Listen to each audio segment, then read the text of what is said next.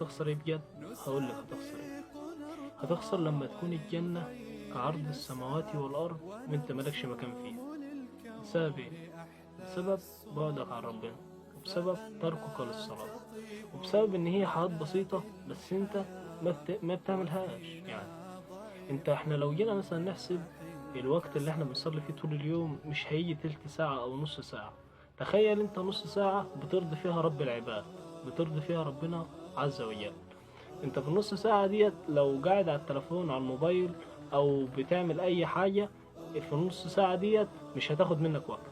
اشمعنى عند الصلاة بتبقى تقيلة؟ انا عارف ان في ناس ياما بعيدة عن ربنا والصلاة بانتظام بالنسبة لها بتبقى صعبة، بس انت جرب تنتظم لو يومين على الاقل او 3 4 ايام، بعد كده هتلاقي الموضوع سهل. كذلك انت لو جربت من ربنا هتلاقي حياتك اتغيرت للافضل بكتير.